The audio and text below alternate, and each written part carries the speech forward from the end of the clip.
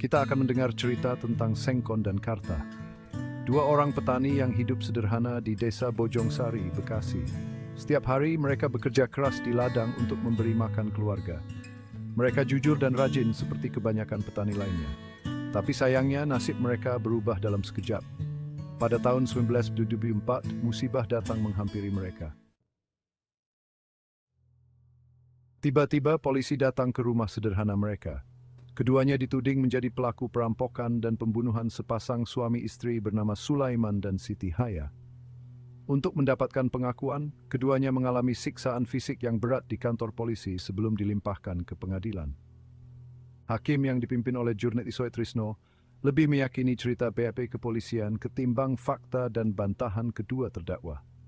Pada Oktober 1997, Hakim PM Bekasi menjatuhkan 2 blok Sengkon dan 7 tahun untuk Karta. Singkat cerita, Sengkon dan Karta menjadi penghuni LP Cipinang, Jakarta.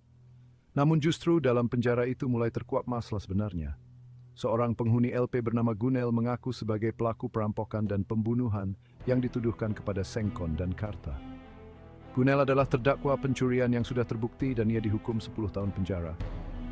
Pengakuan Gunel membuka tabir kejahatan yang selama ini dituduhkan kepada Sengkon dan Karta.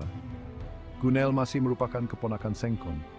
Lebih lanjut, Gunel mengaku kepada Sengkon bahwa ia merupakan pelaku perampokan di desa Bojongsari dan membunuh Sulaiman dan Siti Haya. Gunel mengaku membunuh pada 20 November tahun 1974. Bermula di rumah salah satu pelaku N, mereka berunding. Lalu pada pukul 12 malam, mereka pergi ke rumah E dengan membawa golok dan senter. Di rumah E yang terletak di Kampung Cakung, Payangan, Pondok Gede ini, mereka kembali berunding sampai malam hari. Gunel dan S mencongkel pintu belakang rumah Sulaiman Siti Haya dan segera masuk ke dalam menuju ke kamar Sulaiman. Namun, begitu masuk, Gunel dan S dikagetkan dengan Sulaiman dan Siti Haya yang ternyata sudah bangun. Tanpa berlama-lama, Gunel segera memukul dan membacok tubuh Sulaiman dan istrinya secara bertubi-tubi. Menurut gambaran jaksa saat itu, tubuh Sulaiman dan Siti Haya dipenuhi dengan luka dan memar. Berdasarkan hasil visum, Sulaiman mengalami luka memar di 15 tempat, sedangkan Siti Haya 12 tempat.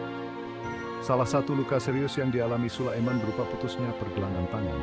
Dalam kasus ini, kalung emas dan uang kontan sebesar Rp20.000 diambil oleh para pelaku. Pada akhirnya, Gunel dan kawan-kawan dinyatakan sebagai pelaku utama kasus perampokan dan pembunuhan Sulaiman dan Siti Haya. Pada Oktober 1940, Gunel dijatuhi hukuman 12 tahun penjara.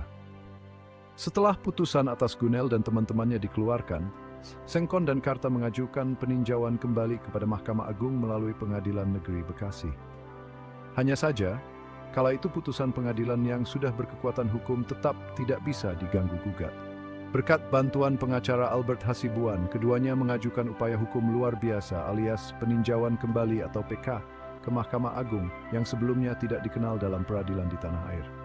Pada 3 November 1990, Kepala Kejaksaan Negeri Bekasi, Artomo Singodirejo SH, mengajukan permohonan skorsing atau penundaan kepada Kepala LP Cipinang agar Sengkon dan Karta dibebaskan terlebih dahulu.